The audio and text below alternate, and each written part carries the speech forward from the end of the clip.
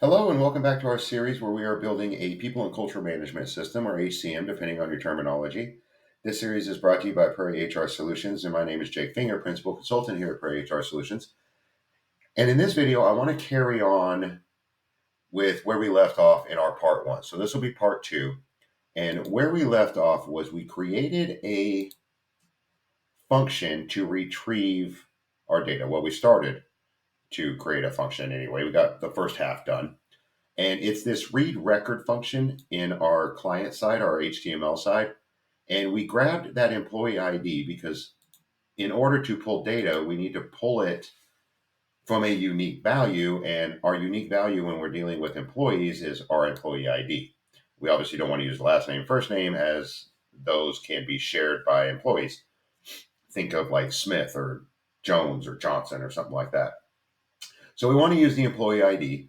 And what we did was we took that employee ID value and stored it in a variable called employee ID. And then we did our Google script run with success handler and sent that over to our Google Apps script side.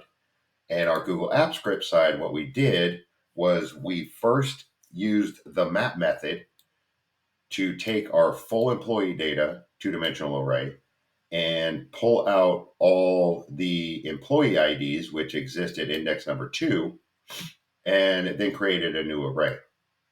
And then what we did with that array is we used the indexOf method to find a value within that array. And if it didn't have that value, it didn't find it, it would return this -1 number. If it did, it would simply return the index of that. So if we were to run this pull record function, you'll see that it did find 5 at index number 4, and then it returned or logged out the entire row of data there. And you'll notice that let's find ourselves 5. This is employee 5. You'll notice that there's nothing here because we didn't start building in our HR solutions here or our IDs gathering. So what we'll do is we are just going to add that there, just so there's something there populating. So now let's come back here and then rerun this. And you'll see that we are now pulling the ID of the person making it and the timestamp. So we don't actually have these two built into our HTML. We don't have a field for who inputted the data and when. So what we need to do is we need to take this out before we send it over to our HTML.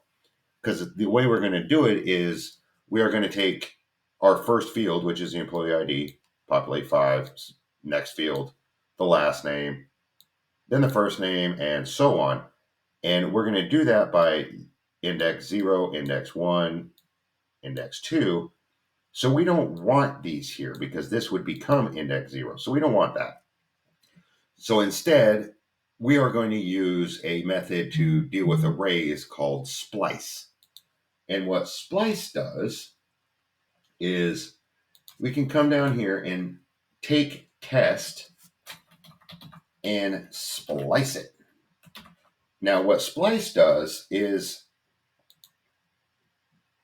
you can go into an array. It's a little bit like shift or push or other methods that you use to deal with array. But what splice does is you can identify where you want to start, how many indexes you want to include, and then you'll cut it out. So what we can do is we want to start at that 0 array, which includes our ID of the person entering it, and we want to include 2 indexes. So you'll see start is in the form of a number, which is the index start, and then how many do we want to delete? And we want to delete 2. So now we're not storing this in a variable, so it's just transforming this test variable and cutting out those 0, 2. Let's actually call this something different. Let's call this how about if we just call this imp record instead. Don't need this test here anymore.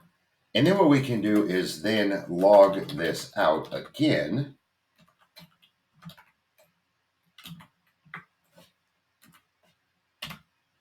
And you'll see what will happen here. So let's run it. Now you'll see that it did find 5, that string 5, at index number 4, and then it pulled that entire row of data first. And then we used our splice to remove elements starting at index number 0 and including 2 elements. So now that leaves us with the employee ID at index number 0 that we can send over to our HTML side. So to send that over to our HTML side, we simply return the imp record. You can spell it correctly.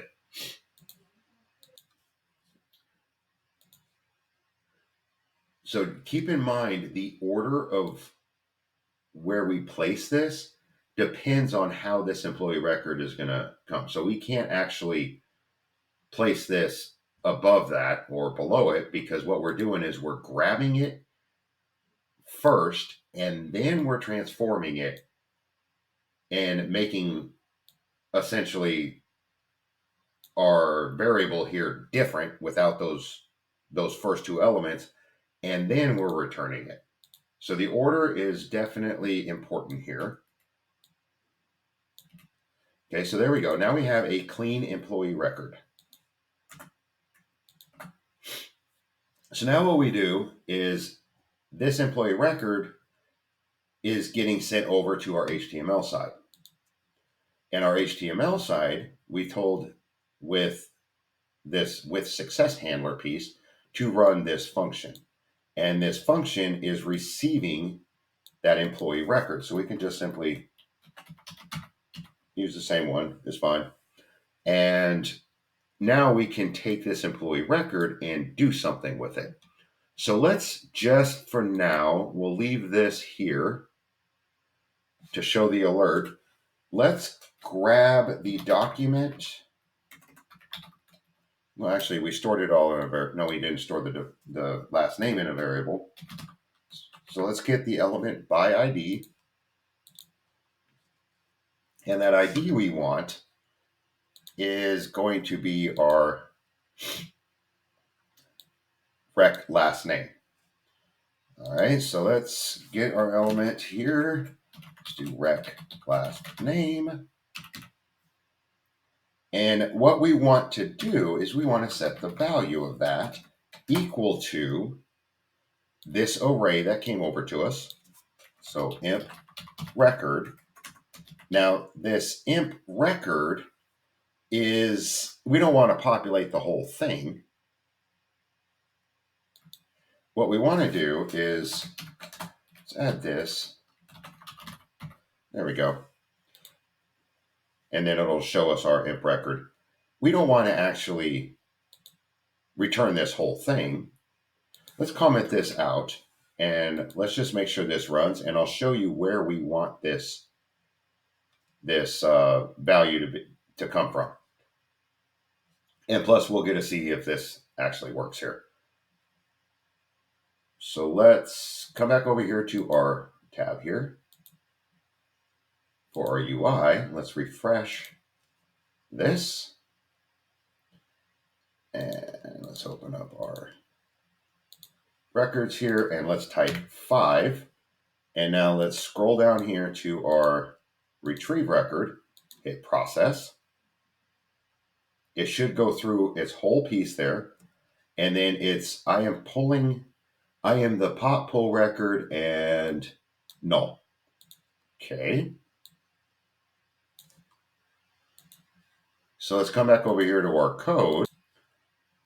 Our code here gives us the answer, and when I test, this is something I do all the time, and I always forget to do it. No idea why I keep doing it. Sorry about that. Had a little bit of a coughing fit there. And I have no idea why I do this, though. If you'll notice, we are doing the index of 5. Well, 5 is not necessarily what we're wanting to look for the index of. We're wanting to look at the index of this num is what's being passed to us. So there we go. And then it will then return the employee record if it was found, the clean one, of course, and then not found if not. So now let's go back over here, and we know that it's now pulling, so let's just return the employee record here and see how it's coming to us. So let's come back over to our code here, and we will return it.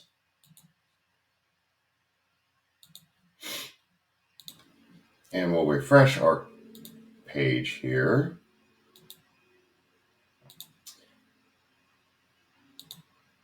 Okay, there we go. It's refreshed. We'll do our records. Now, we're going to hit 5 here.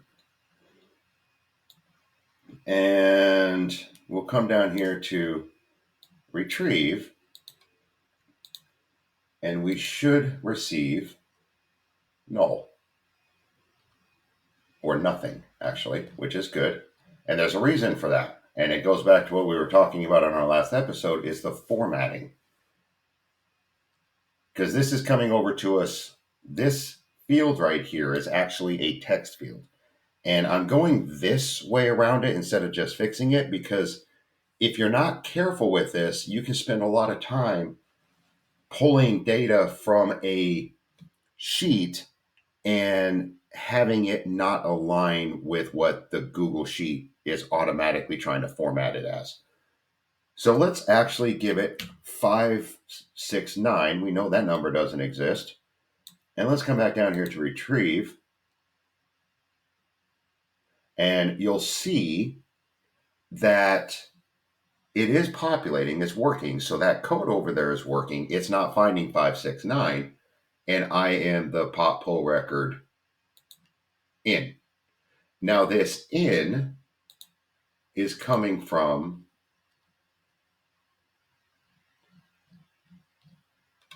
say that this in is coming from this imp record. So let's do 0.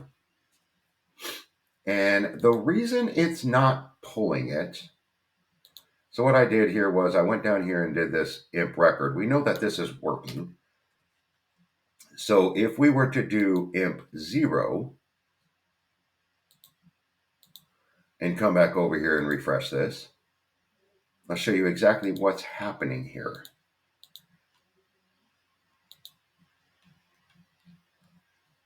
We'll do 521 again, or whatever it was, something that's not there. Retrieve record. It'll give us in. So now if we were to remove this index and just have it return what is being returned from the employee index,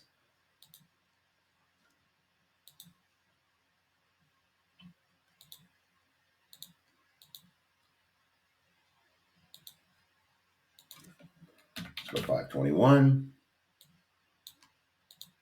retrieve.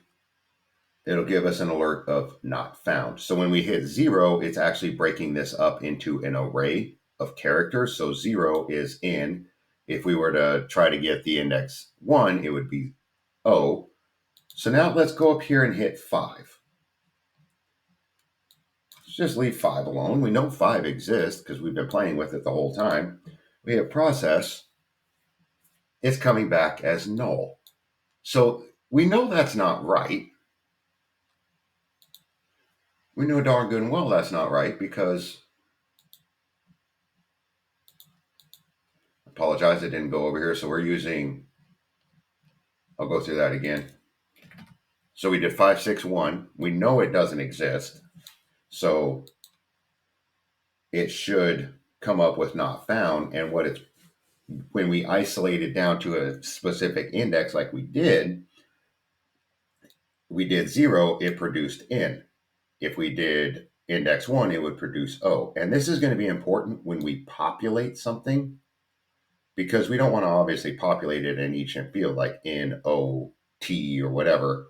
But it's not found, which we know it's not found because we don't have an employee number that high. But now let's do 5 and try and process it, and it'll come up with null. Well, we know 5 exists because we've been using it. So let's go over and see exactly what is happening. So we can come over here and look at our code. And like I said, the reason I'm doing this is because I've spent hours trying to just wrap my head around what is actually happening and breaking it down to, okay, I'm only going to pull 1 cell or 2 cells. And the reason why this is happening and coming back as null is because we're sending it over to this code, our num, this code. This num is coming to us as text. So when it's searching for this, it came up perfectly fine when we did 5. The problem is in our sheet, if you remember, we had a conversation about this. When we come up here to 5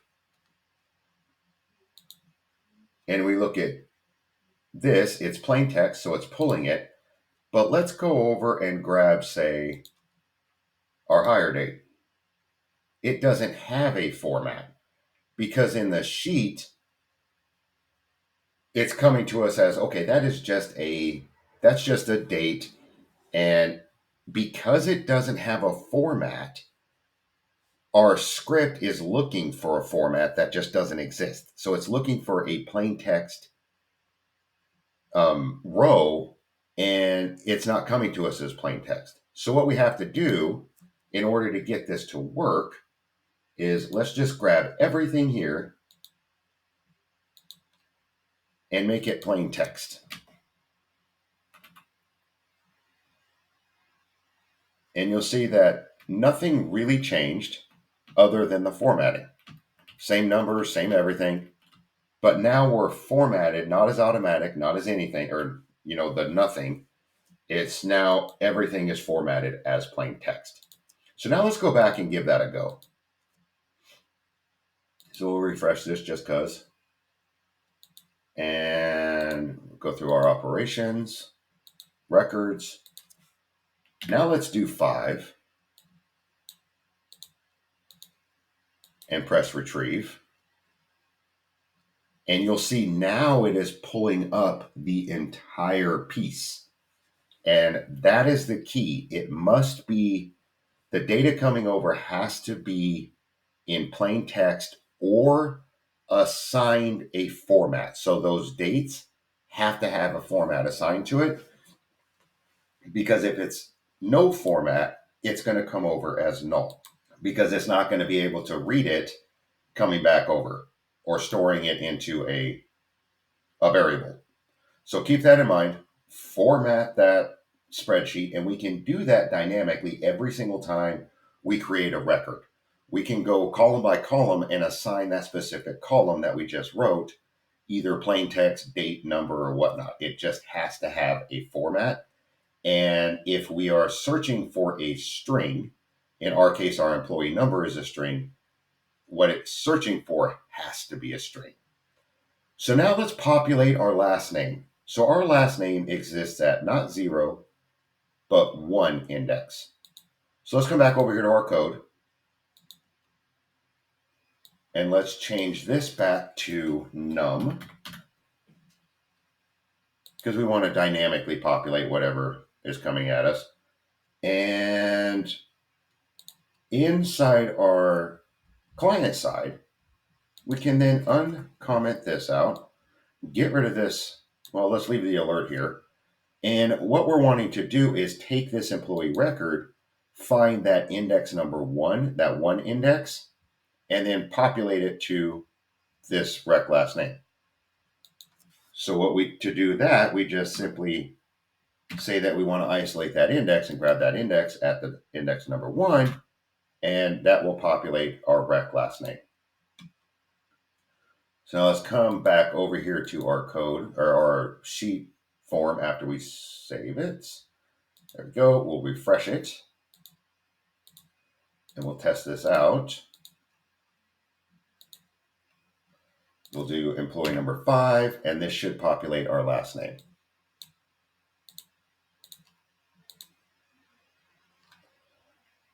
Okay, so it's running fine. So now when we scroll up here, we should have that last name number 5. And then if we were to do 6 and then go and retrieve it, it would populate it and bring everything over and then populate that corresponding last name here. So good. So now it works. And to get it to do the rest of it, we could do it a few ways here. We can do simply the same method we're doing and then just keep essentially adding on this. And then the next one would be division. This would be like rep division, and then that would be 3. And then we can always save this and then go back. And you'll see that we can continue on this method and it would work just fine.